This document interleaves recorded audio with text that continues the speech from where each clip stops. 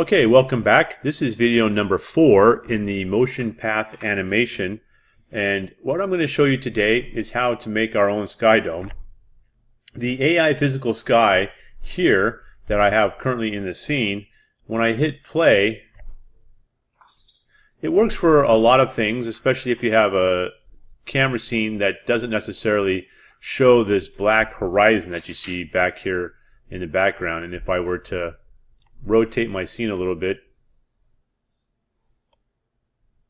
in the background, you can kind of see that we have this really kind of a black break here, and then the horizon starts here, and that's where we get the sky. If we have cameras that are moving around and we don't have all of this blocked off by terrain or something, it's very visible.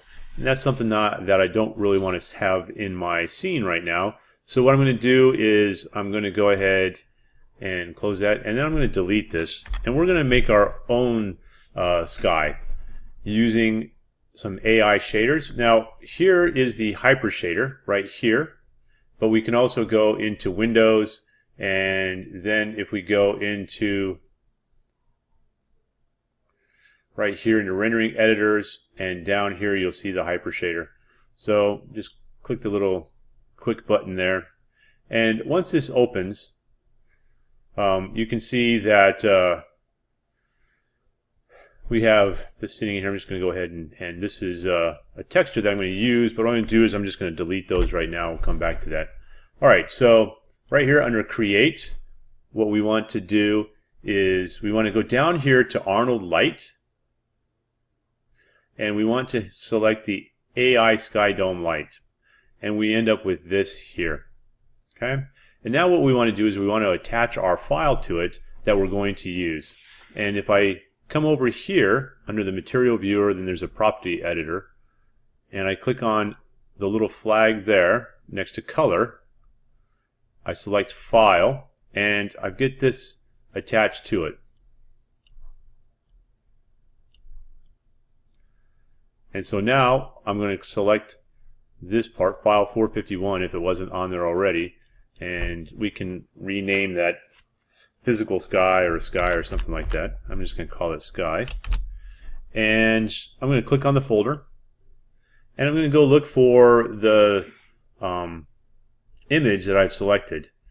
And in this case I selected this right here. This is an HDR, and an HDR is designed to help create a 360-degree scene in a sphere. And so I'm going to go ahead and open that. And then once that's done, you can see that it pops up here. And I'm going to go ahead and minimize this now.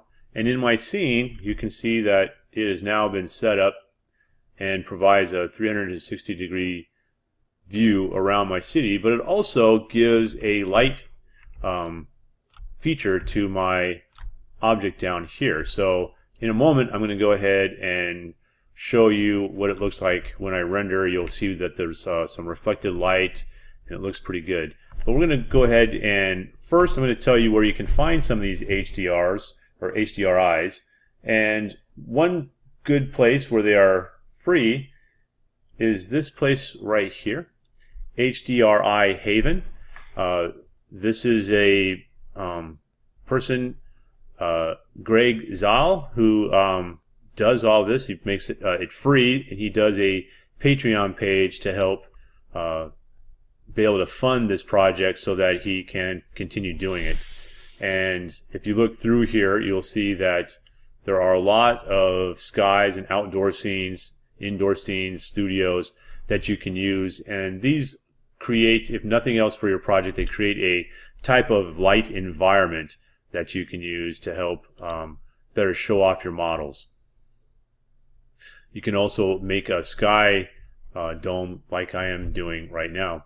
And then there's also another site I want to show you real quick here called Textures. It's Texture Haven, and Texture Haven is a similar site. This person here, Rob Title, I think is how you say his name, he does the same thing for textures, but these are textures that have all of their additional maps, bump maps, normals, and things like that. And If you went to the textures here, you can see that these are really high definition textures that could certainly help your project.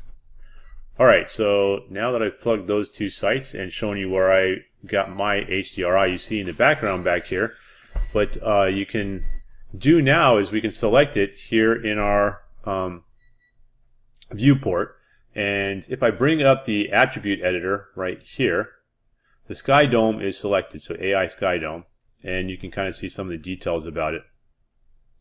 One of the things I'm going to do is kind of make it a little bit smaller so some of the things aren't quite as seen, and it also shrinks down the size of the image in the background. I'm trying to get it a little bit closer to what my scale is in the scene. It's not going to be perfect, but it'll be close enough. So I'm going to cut it in half by typing 500 in the radius, and then when I hit that, it kind of moves everything in, shrinks it down a little bit, and now we can see that it's shrunk down. It's a little bit closer, but the way the cameras will work that I have set up in this image, I think it's going to work okay.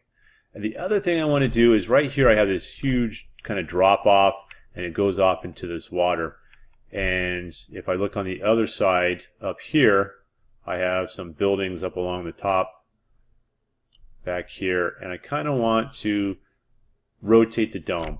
So just like any other object, I can rotate it using the rotation tool, so E on my keyboard, or I can go to the channel box, and in this case I want to rotate it about 180 degrees in the Y axis. And so I'm going to click on the rotate Y and type in 180, and I've flipped it around, so now the water is kind of more out that direction in the distance.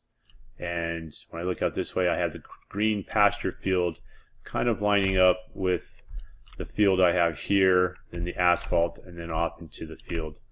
Another thing I could do is I could add some more buildings out this direction and kind of give it a little bit more interest, I think. So now what I'm going to do is select panels, go to my perspective, and I'm going to hit camera 2, and if I hit play, kind of see that the camera is going to move around the ship, and we have some of the sky in the background. And although the scale is not perfect for this project, I think it's going to work out okay. And I can always cut some of this imagery out once I render out the cameras for the animation, and I can cut out some areas that are less than perfect and leave some of the other imagery for the video so that it looks a little bit better. So we can always edit some of this out. Alright, so now that looks okay. So what I'm going to do is I'm going to find a view here with the camera.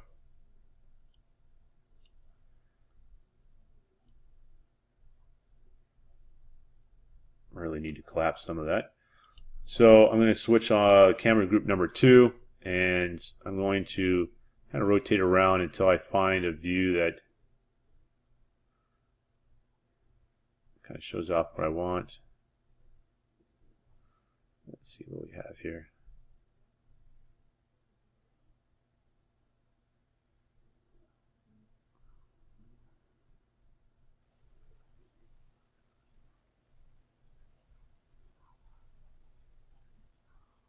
All right.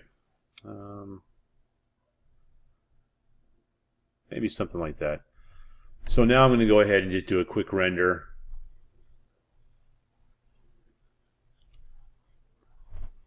Give it a second.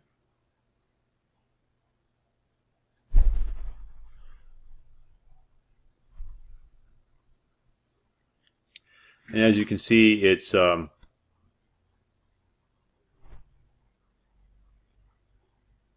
rendering out okay. I have this interesting line right across here. Let's see what that looks like. I think that's part of the side of the ship. That's what it looks like.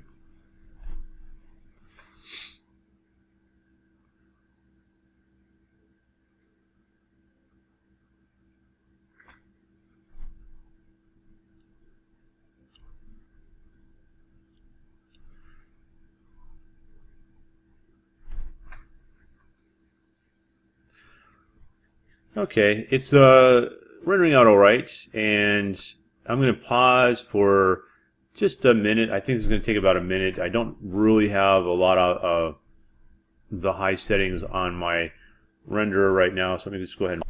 Okay, so this was kind of a rough render. It took roughly about a minute and a half to do this, and we can see from the picture, you know, we got a little bit of graininess going on here in some of the buildings, and this is if we did some adjustments to our rays and to our ray pathing, it probably would have cleaned it up a little bit more, maybe messed with the diffuse and some other settings. So not too unhappy with this. Let me go ahead and close this out. And what I want to do is show you from the outside of the dome kind of what we've got here. So if I zoom out, see how large that is. Now the dome itself looks like this, which I kind of like too, because when we're using the default dome up here, it's all black until you actually go to render, and then it adds the sky. And here you can kind of lighten things up and get them working the way you want. And it works very similar as far as rendering. It doesn't put a heavy load on the renderer like if we just built a regular dome and added a texture inside of it. Alright, so that's all I have for this video. I'm not going to talk that much about lights because as we saw in that render, the dome helps take accountability or takes account for the light and places it into our scene fairly well. I liked the way the reflection worked. There are some other things we could have done. We could also have applied this texture to the camera setup itself, but that's outside of what I'm trying to do for this lesson, and we would talk about that in another video later on. Alright, so thank you, and I hope if you like this, you'll go ahead and subscribe to my channel. Thank you.